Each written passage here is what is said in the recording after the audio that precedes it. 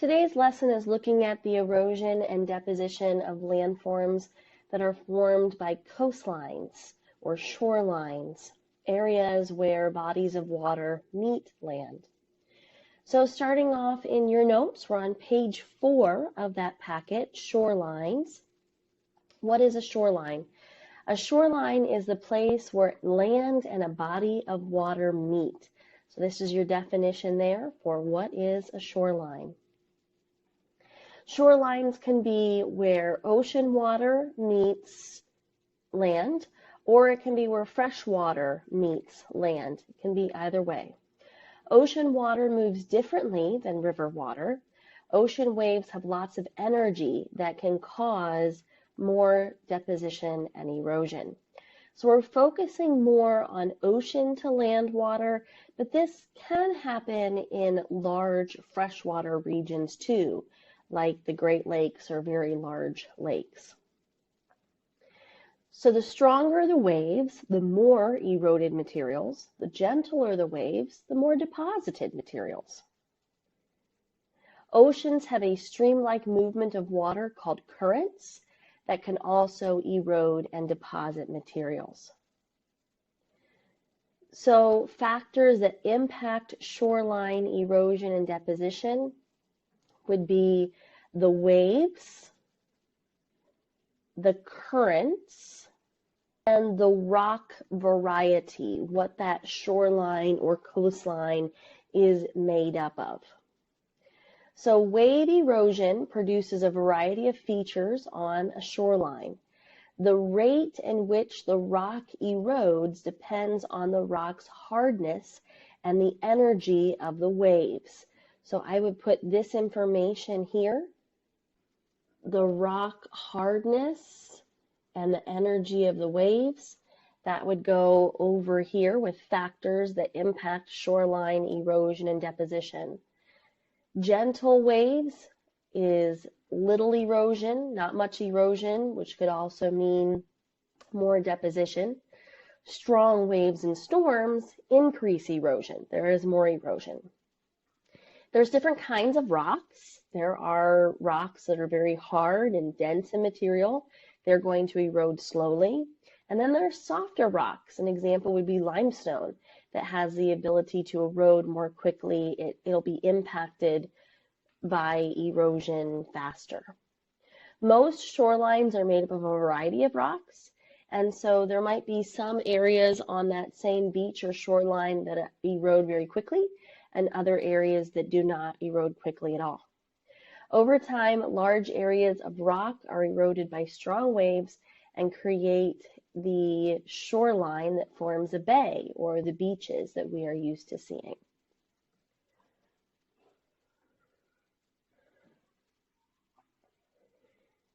So wave energy, currents, and rock hardness. That is going to be what goes over here for your 3 bullet points.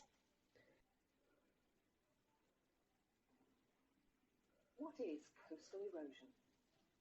Coastal erosion is a natural process that occurs as a result of the sea in the form of waves, tides, or currents striking the shore. Sediment or rocks are washed away, and our coastline changes shape as a result. Coastal erosion is a natural, ongoing process that has been happening for thousands of years. As seawater collides with cliffs and shores, it causes sediment or rocks to be washed out to sea. In some instances, this material may be moved to a different part of the coastline and deposited in large quantities, causing what is known as accretion. This process is the opposite of erosion, and shorelines may advance or build up with sediment over time. Erosion can happen under any conditions, but its rate tends to increase when waves are powerful, for instance during storms or in high winds. Coastal erosion is a natural process which has occurred for many millions of years. Essentially, it is the sea wearing away the land. The process occurs by waves, as you can see here in the background, picking up shingle, sediment, all the wave energy and all the water itself, actually wearing into either the beach or the rock that forms the land behind it. That rock may be soft rock, may be hard rock, but whatever rock it is, it will inevitably erode. Waves cause erosion in 4 main ways. When the constant force of water against a shore wears it away, when particles of rocks and sand in the waves grind cliffs down, when the action of water causes rocks and pebbles from the shore to smash into each other and break up, when acids in the sea slowly dissolve certain types of rocks. The way erosion changes different parts of our coastline depends largely on the type of rock, in other words, its geology. Erosion of coasts with hard rocks tends to be slower and can form dramatic rock formations over time, such as tunnels, bridges, columns, or pillars. Where coastal geology is softer and formed out of sedimentary deposits, such as soft cliffs, erosion can pose more of a risk for human settlements. Sedimentary rocks, such as sandstone and chalk, naturally erode more easily than rock, so the coastline recedes at a faster rate. The tremendous diversity of our coastline means that erosion rates vary significantly from area to area, causing some parts of the coast to erode faster than others. To put things into context, across England and Wales, about 28% of our coastline is affected in some way by erosion. However, rates vary according to location, from close to zero to an average of 1.8 metres per year. In reality, coastal erosion may manifest itself through events such as landslips, where many metres of land may be lost once every 5 or 10 years. As you can see behind me, the erosion is affecting this particular section of coastline by eroding the parent rock on which the properties sit. So it's actually putting properties and homes at risk from falling into the sea. Depending on the geology of the land that it's eroded into, it can be fast or slow. Hard geology, igneous rocks, will erode very, very slowly. But soft rocks, much like these behind me, will erode much quicker.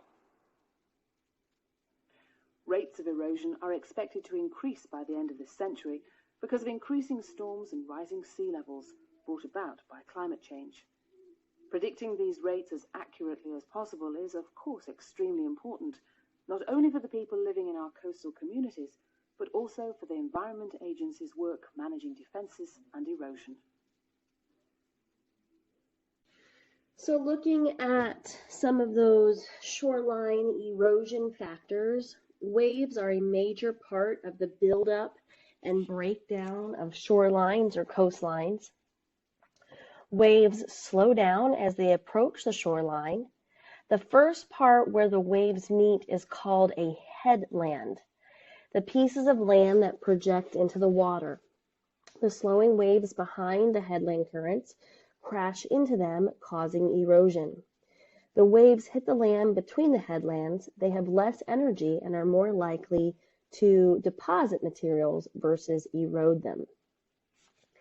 So here, letter A in this picture, that is showing a headland. And so the water is crashing into that headland more forcibly, causing erosion to happen there. And then B, the water is moving more slowly at this point, and this is going to create your beaches, and your beaches is where deposition can occur.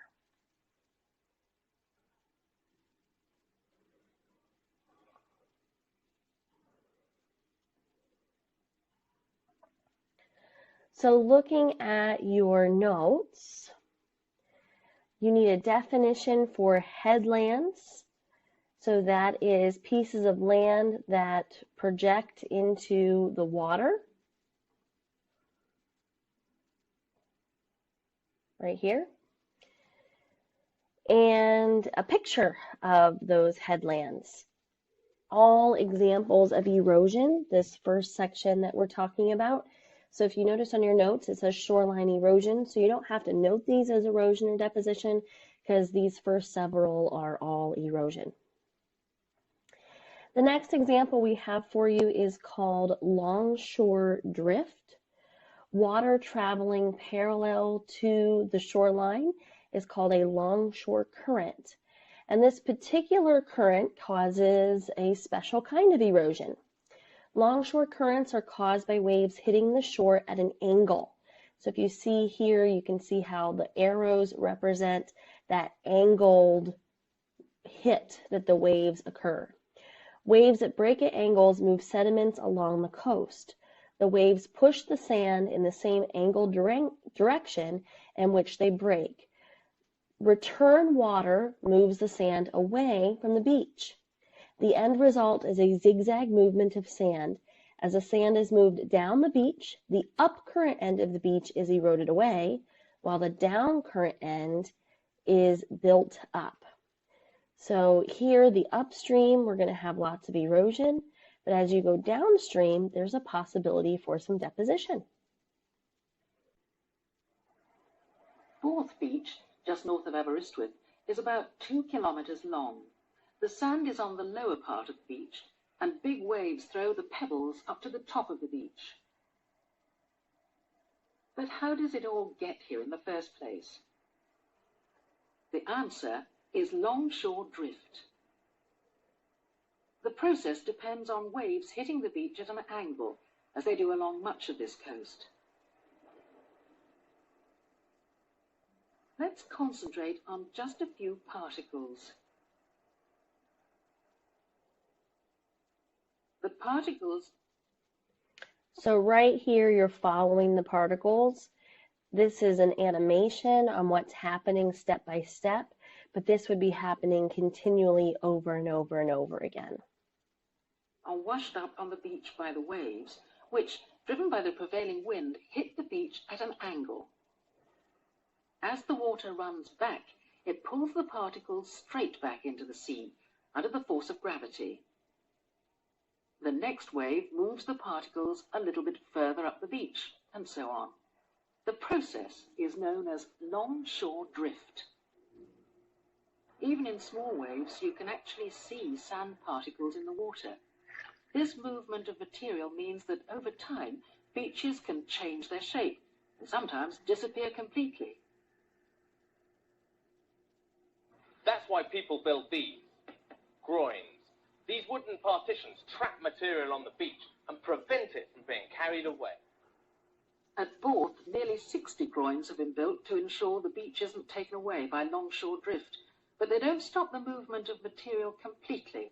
Inevitably, pebbles and sand get swept over or round the groin and continue their journey.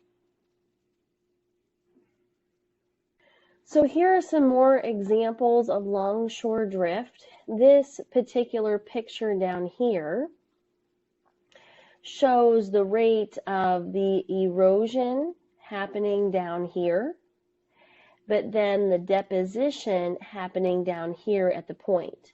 So this would be upstream and this would be downstream. So erosion happens and then all that material eventually will be deposited on a point. So another example of this happening is an area in Africa called the Gold Coast, and this video is going to explain that and what they're doing and how it's impacting their community.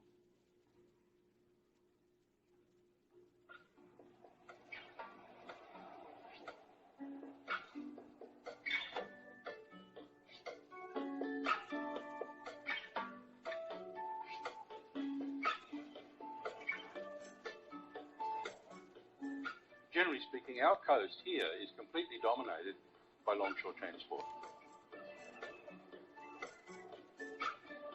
When you look at the wave conditions on the Gold Coast, predominantly the waves come from the south. They come from weather systems that are generated in the Tasman Sea, which, based on the wind direction, force wave action generally from the... So in this video here, you can really see the movement of those waves in the angled position. So we can see here how they're coming at an angled position, and then the erosion is happening here, and the deposition is happening here, where you get these little points.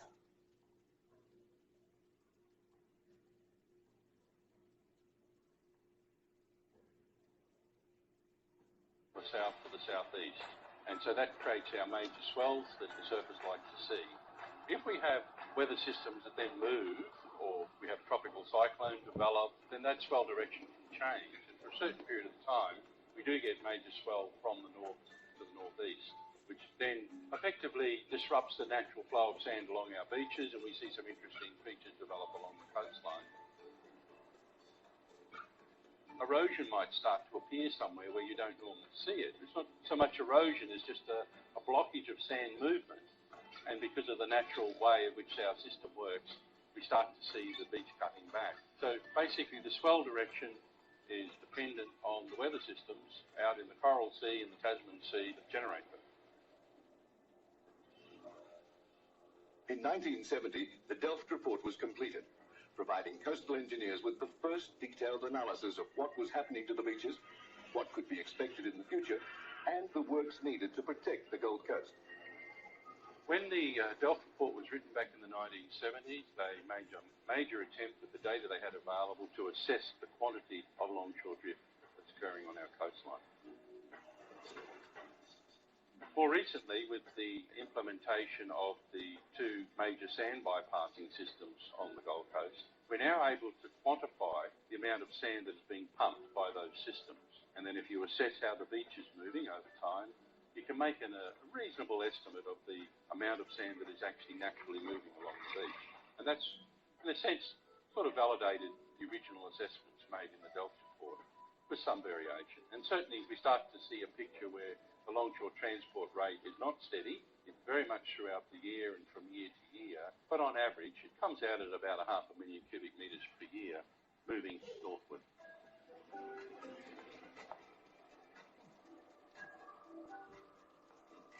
There are some other oceanographic influences that can affect the way sand moves naturally. For example, there's what are called internal waves, which are waves that occur on density differences inside the ocean. They sort of look like surface waves, but they're deep down. And when they come close to the shore, they break, just like a surface wave will break, and create a very energetic flow motion, which is moving sand across the bottom of the ocean. We then have other oceanographic features, things such as coastal trapped waves, the East Australian current, and a range of oceanographic influences that cause high level of movement of sand. But in terms of what we see on the beach, these are very minor compared to the role of waves. Whether we'll see a long-term change comes into the area of climate change research or climate change science. And at the moment, there simply isn't enough information to make any prediction at all about the way climate change will impact on our wave conditions. We do see the influence of climate variability on the longshore drift, because the longshore drift is purely a function of the wave energy and the direction of that wave energy.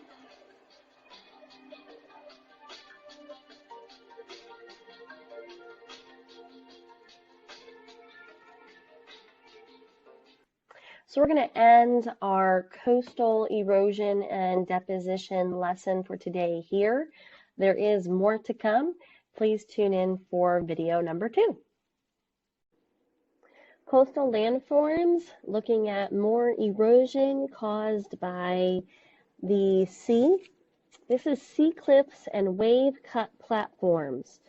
So right here on our notes, sea cliffs and wave cut platforms. This is the last of our erosion on the coast.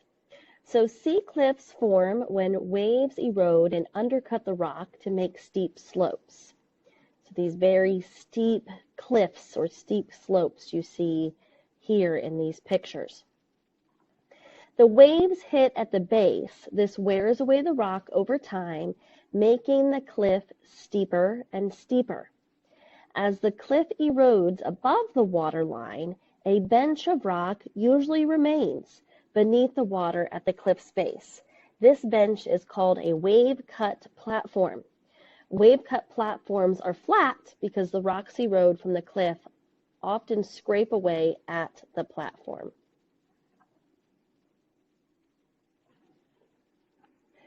So our water is going to come in like this, eroding away at the cliff, making the cliff stumble into the sea. So it kind of erodes away here. And then when the base gets to be too unstable, this rock tumbles into the sea. So what is left behind is this wave cut platform you see here that is right below the water surface or right above the water surface, depending upon the tides. And this is usually very smooth, a nice platform, because the waves are eroding and smoothing this area over time. So this is sea cliffs and wave cut platforms. So here you have your sea cliffs, this area right in here, and then the wave cut platforms are on the bottom.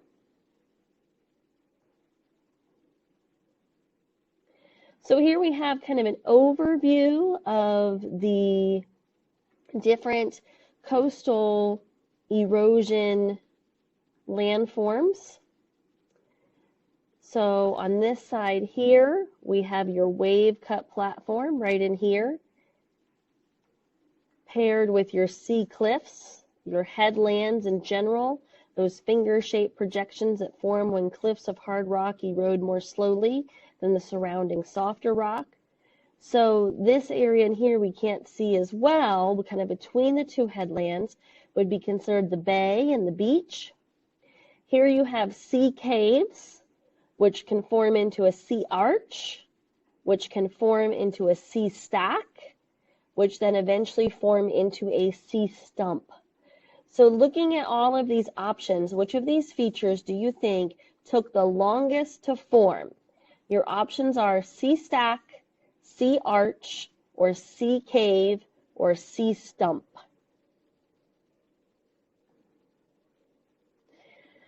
Now we're going to get into how coastal landforms can also cause the deposit of materials or deposition. Waves and currents carry a variety of materials, including sand, rocks, dead coral, shells.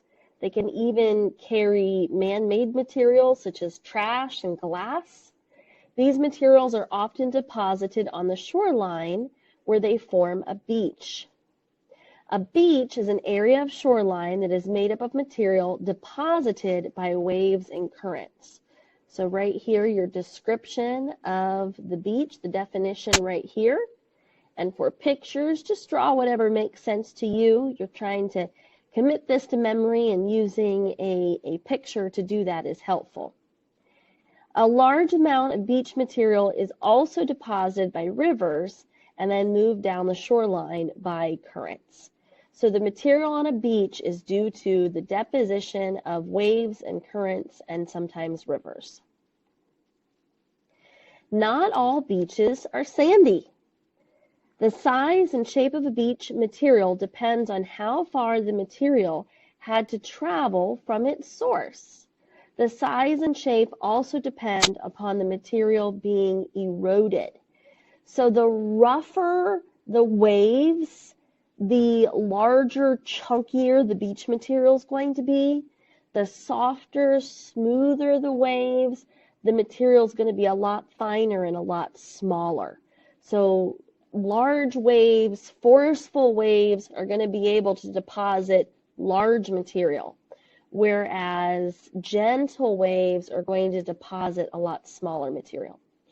So here is a video that shows you a variety of beaches. Some are just cool to watch and some are neat because they show you the different ways that beaches can have different deposit materials on them.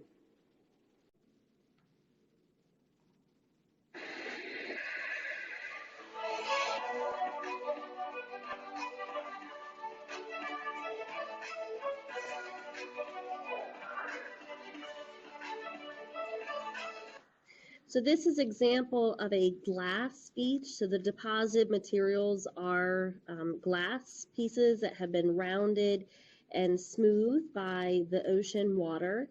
Glass is a form of pollution, but it's kind of an okay form of pollution because there's really very little difference between the elements that make up glass and the elements that make up sand.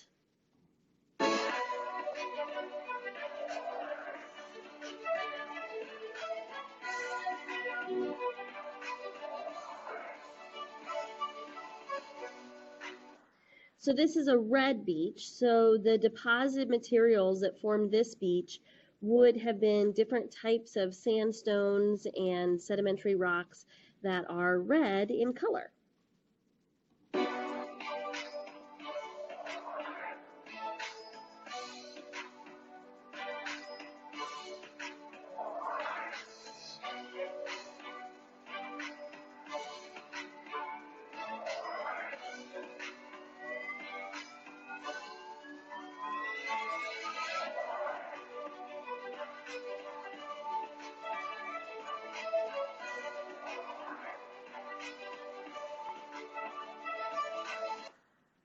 Here you're seeing a combination of the volcanic activity and the ice and the water that is the beaches of Iceland.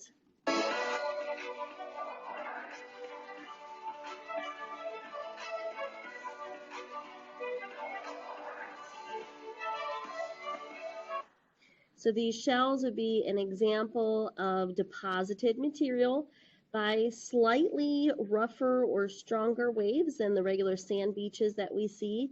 This is slightly larger material.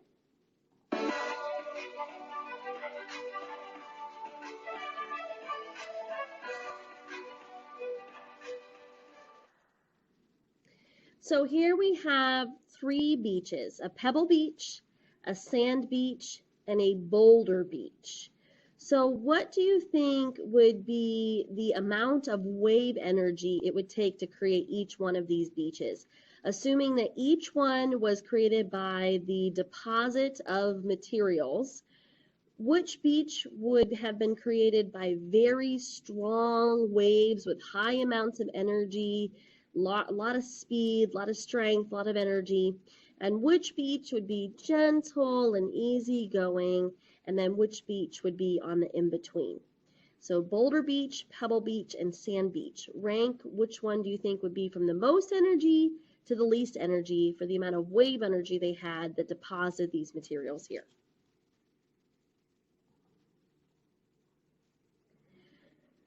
Another coastal landform that we have that's similar to a beach is a sandbar or a barrier island. They have beaches on them. When waves erode material from the shoreline, longshore currents, that's the one that go back and forth in that zigzag pattern, can transport and deposit materials offshore. This process creates landforms that are in the middle of the open water. So you can see a barrier island right here and the kind of a beach or a little island in the middle of the open water. So a sandbar is underwater or exposed ridge of sand, gravel, or shell material that forms this way. So this is actually probably more of a sandbar than a barrier island because it's not very established. You guys may have experienced sandbars when you visit the beach. If you visit the beach maybe one year and you wade out into the water several meters and there's a rise there, a little sand island or underwater island, that's a sandbar. But when you come back a week later or a month later or a year later, it's probably after a storm or something like that, that sandbar may not be in the same place or have the same shape. These sandbars even exist in the Great Lakes. So if you've been able to travel to the beach, you may have seen or interacted with these sandbars. Whereas a barrier island is a long, narrow island, usually made of sand, that forms parallel to a shoreline a short distance offshore. So a barrier island forms the same way a sandbar does, but it's been there a lot longer, it's built up a lot more over time, and it doesn't move quite as significantly over time. It will move at Kenny Road, it will change shape, that is the natural path of it, just like a sandbar does. But the erosion and deposition process happen a little bit slower over time. So here you can see a sandbar island that has been created, a barrier island. And this one is established enough that there's even homes and roads and things on these islands. And there's a lot of coastal communities that live on barrier islands. Barrier islands get their name because they stand as a barrier between the open water and the inland coastal community. So they serve as a wave break or a weather break so that this inside coastal community, the waters and the waves are a lot calmer and a lot smoother and a lot gentler than what they would be on this island. So they serve as a protective barrier for this coastline. So here's a video clip of a community that is on a barrier island and how that community is being affected by the natural erosion and deposition processes caused by the ocean and the waves on this barrier island.